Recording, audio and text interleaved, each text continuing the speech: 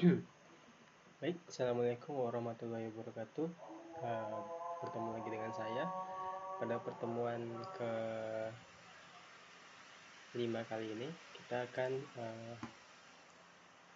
menjelaskan sedikit tentang proyek yang sudah saya buat sebelumnya. Itu proyek bertema kesehatan. Nah, di sini halaman yang pertama saya miliki itu adalah halaman login. Di sini ada dua button register dan login, juga ada inputan username dan password. Kemudian ini ada logo serta nama aplikasi yang akan saya kembangkan. Untuk UI-nya sendiri itu untuk saat ini saya akan mengembangkannya seperti ini saja terlebih dahulu. Untuk kedepannya mungkin akan saya kembangkan lebih untuk tampilan UI-nya. Nah, pada video kali ini kita akan mengutamakan fungsi dari setiap button yang ada di project saya kali ini. Maka untuk itu kita akan mulai dari pembahasan yang di bagian login ini saja. Di bagian login kita masuk di bagian activity 3. Nah, di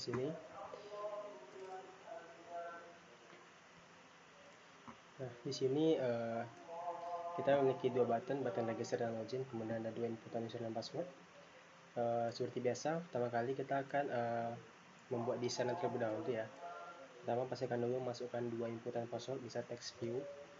Masukkan dua text view, kemudian masukkan deconstruct layout biar tampilannya lebih spesifik, melainkan lebih tetap kondisinya tidak berubah. Kemudian letakkan dua button register dan login. Kemudian pada bagian register kita masuk langsung ke bagian XML saja. Nah, di sini kalian bisa menggunakan drawable input background untuk melakukan rounded di bagian button register. Kemudian juga bisa dilakukan di bagian dua inputan ini. Sebentar. Nah, untuk bagian username kita masuk ke XML-nya. Kita masih menggunakan fungsi drawable input background untuk mengubah sudut di setiap inputannya itu menjadi tidak runcing ya, lebih tumpul. Kemudian kita menggunakan province. Kemudian sini ada penggunaan Android type hint ini fungsinya itu untuk ketika kita insertkan data atau kita sedang mengetikkan suatu, label yang ada di sini itu akan menghilang. Hal yang sama terjadi di password. Kemudian di sini input tag kita buat teks, kemudian password kita bisa input tagnya teks atau password terserah. Di sini saya gunakan teks saja.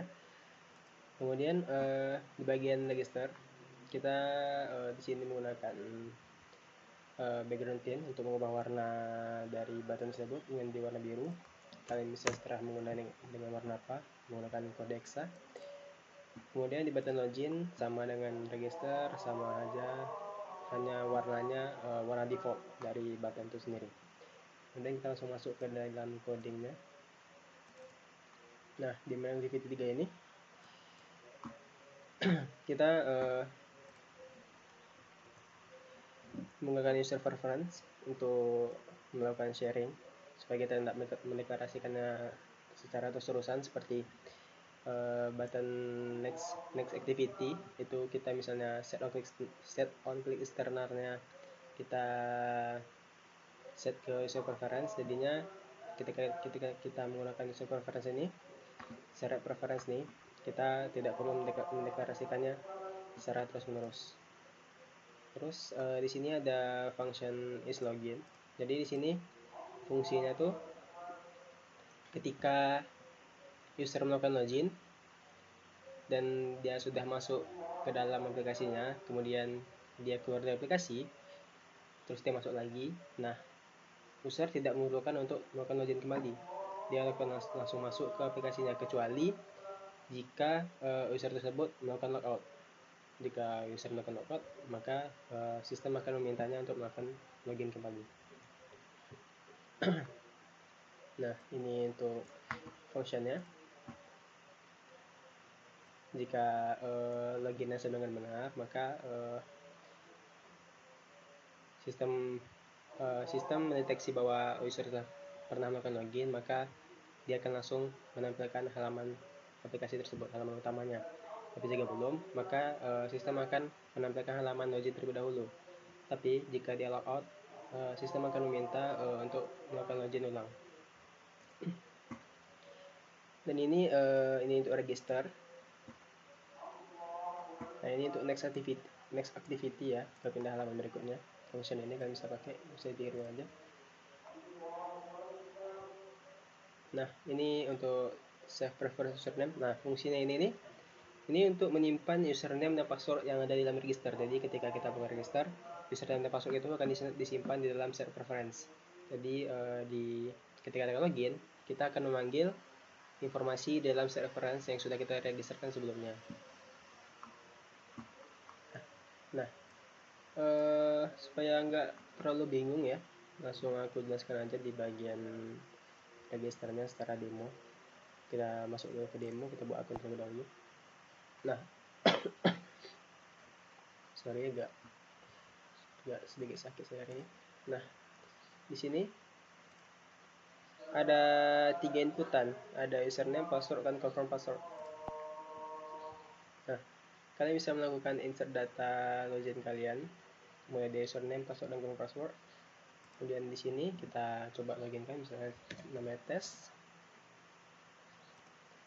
passwordnya 123.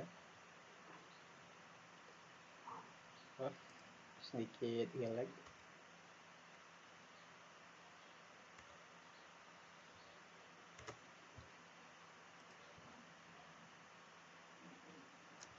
Tuh, 2, 3. Kemudian di bagian confirm password, jika di dalam confirm password yang kita melakukan input yang salah, tidak sama dengan password sebelumnya, maka sistem akan memberikan informasi kalau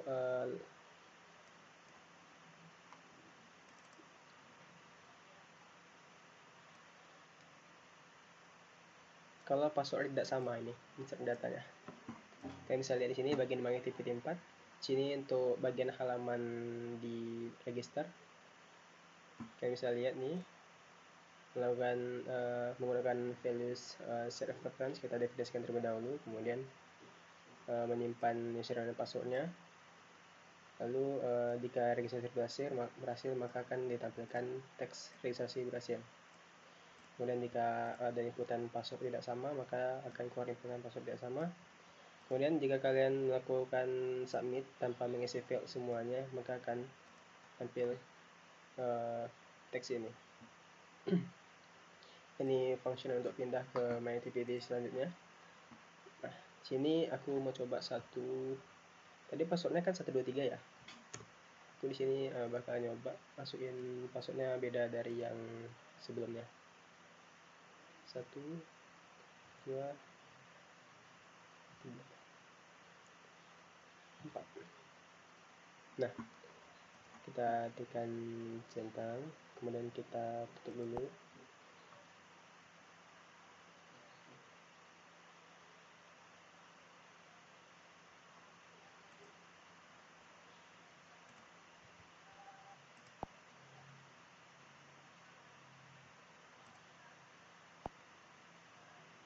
Nah, keluar informasi password tidak sama kan. Kalau tekan submit lagi, keluar informasi password tidak sama. Nah ya, itu fungsi yang tadi. Kalau kita misalnya hapus yang ini, field lagi nggak kita isi, kan ini submit. Nah, maka akan tampil informasi isi semua fieldnya. Nah, itu kita akan lakukan hal yang benarnya. 1, 2, 3. Kemudian centang checklist ya. Kemudian kita submit. Seharusnya kita akan diarahkan langsung ke halaman login. Ini sedikit crash ya. Kita langsung masuk ke application. Nah, kita kan tadi sudah melakukan register ya. Nah, itu sebenarnya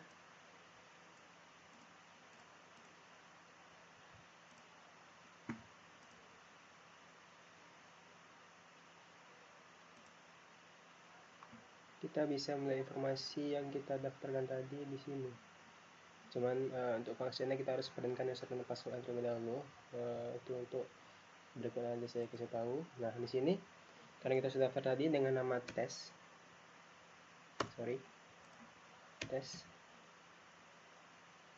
lalu passwordnya 1, astagfirullah, nge-lag, 1,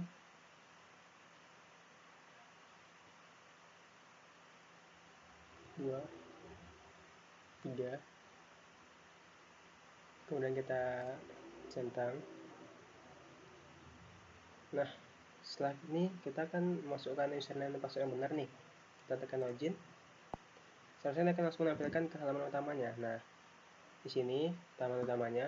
Kemudian kita akan mencoba fungsi yang tadi, yang ketika kita sudah login, kemudian kita keluar dari aplikasi, dan ketika masuk kembali lagi, itu dia tidak meminta login kembali. Nah, itu kita coba keluar dari aplikasinya aja.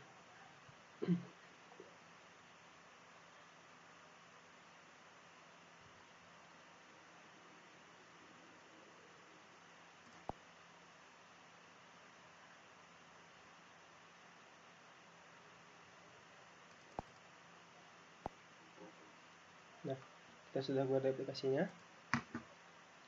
Dan kita masuk lagi ke dalam My Application tadi.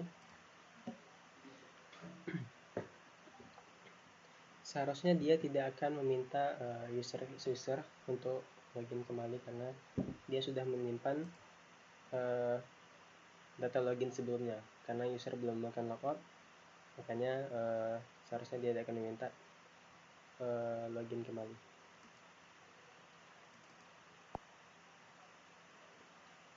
Nah, seperti yang saya katakan sebelumnya, dia akan langsung masuk ke halaman utama. Tapi jika kita logout, nah, kita keluar dari aplikasinya, kemudian masuk kembali. Nah, dia akan langsung minta login kembali. Jadi kita akan tekan login kembali.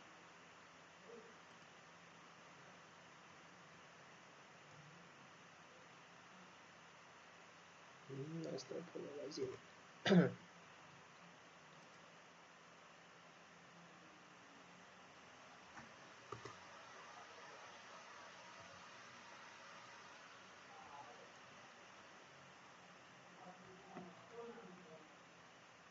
Oke, kemudian setelah kita masukkan username passwordnya, kita login kembali. Nah, kita akan masuk kembali ke halaman utama. Kemudian kita akan next, kita akan mencoba di pertemuan sebelumnya kan kita sudah mencoba snackbar 2 dan dialog ya. Untuk tampilannya itu berbeda-beda setiap snackbar. Kemudian kita punya button baru, ini satu button baru itu web view. Nah, di sini kita menampilkan sebuah website di mana untuk URL website tersebut kita letakkan di sini. Nah, kita akan membuat satu activity baru, terserah namanya apa. Kalau di sini saya menggunakan activity 5 namanya. Kemudian di sini bisa buat toolbarnya website BP, kemudian di sini URL untuk website apa sih yang mau kita tampilkan ketika kita ngeklik button tersebut. Nah, terus kita di sini menggunakan override contact password, ini fungsinya nanti saya kasih tahu. Kemudian ini untuk kembali ke halaman kita. Bentar ya, kita akan masuk ke dalam activity manager coba dahulu. Nah, untuk activity manager itu kita simple aja seperti ini tampilannya. Kemudian di sini kita menggunakan widget toolbar di dalamnya. Nah, di sini penggunaannya itu tidak terlalu ribet ya, hanya memahami saja dan terlalu ribet. Tapi kalau dipahami betul-betul nggak ribet kok. Nah, kalau kalian sudah melihat ini dan mencobanya, di sini kenapa di set 0 dp itu karena ketika kita ngebuat layout hacknya itu dibuat transparan, layout warna ungu ini dia tidak akan berada di top, di bagian top di atas website tersebut, melainkan dia mengimpit website tersebut.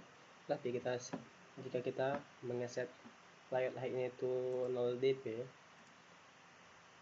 maka untuk layout dari yang paling atas itu dia akan melakukan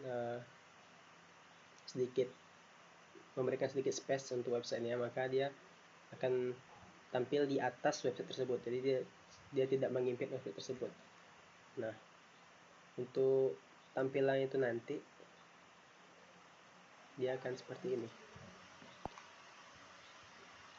Nah, untuk tampilan itu akan seperti ini website KBP, dan di sini ada button back.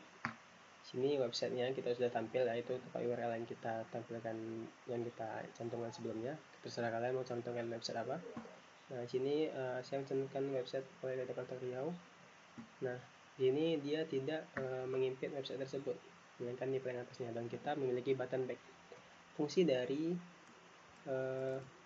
main activity tadi yang di bagian on back press ini, dia menggunakan fungsi tersebut untuk dapat kembali ke aplikasi kita. Jadi kita tidak stuck di fungsi ini ketika kita masuk ke web di button web sebelumnya. Nah, kemudian kalau kita klik back,